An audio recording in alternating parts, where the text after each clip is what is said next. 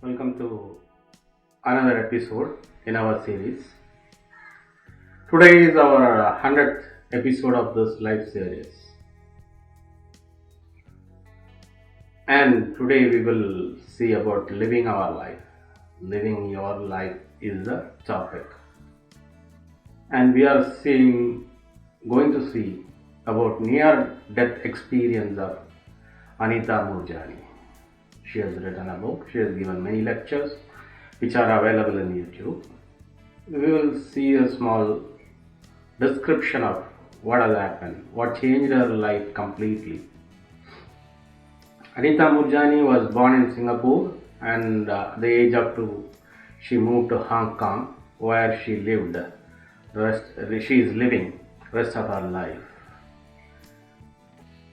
Anita had been working in the corporate world for many years before being diagnosed with cancer in April 2002. Her fascinating and moving near-death experience in early 2006 tremendously changed her perspective on life, and her work is now ingrained with the depths and insights gained while in the other realm.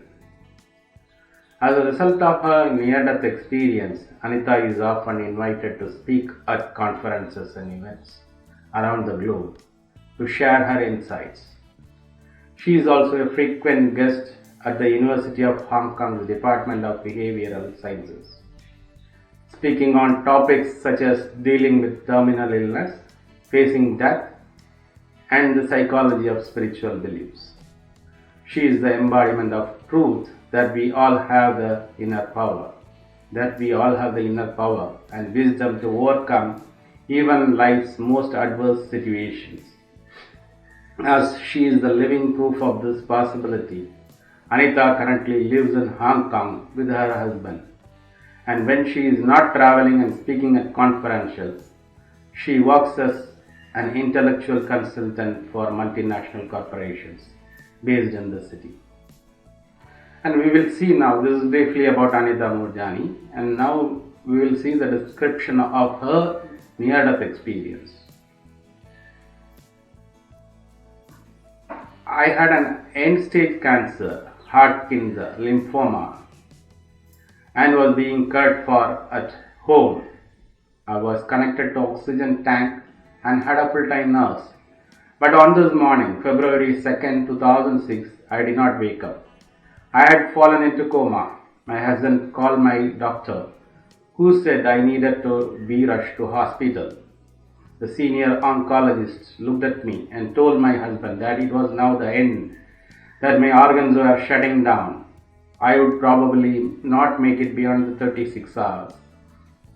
I thought that I was drifting in and out of the consciousness during this time because I was aware of everything that was going on around me.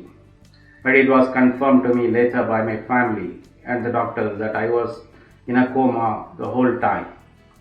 I saw and heard the conversations between my husband and the doctors taking place outside my room, about 40 feet away, down a hallway. I was later able to verify this conversation to my shocked husband. Then I actually crossed over to another dimension, where I was engulfed in a total feeling of love. I also experienced extreme clarity of why I had the cancer, why I had come into this life in the first place, what my role everyone in my family played in my life, in the grand scheme of things, and generally how life works. The clarity and understanding I obtained in this state is almost indescribable.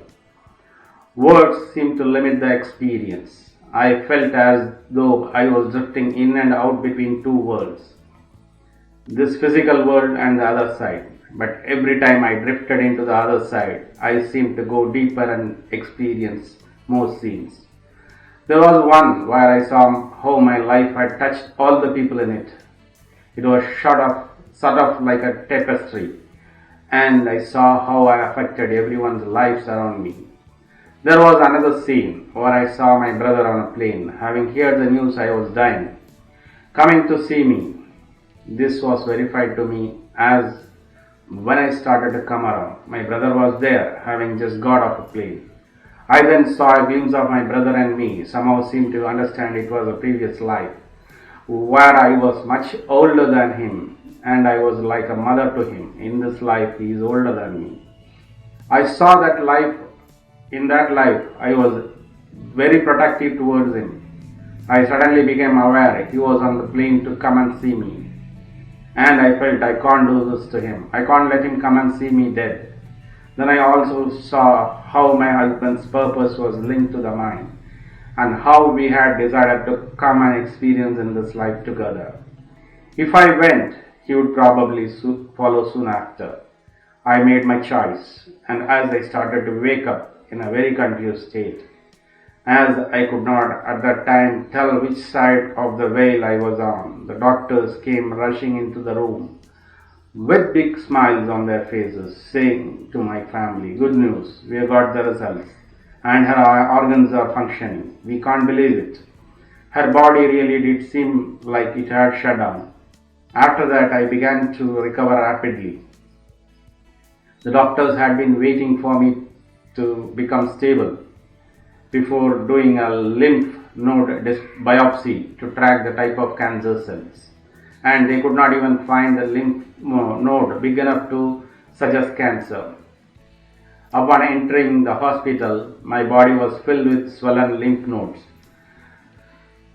and tumors the size of lemons from the base of my skull in the way to my lower, all the way to my lower abdomen. They did a bone marrow biopsy again to find the cancer activity, so they could adjust the chemotherapy according to the disease.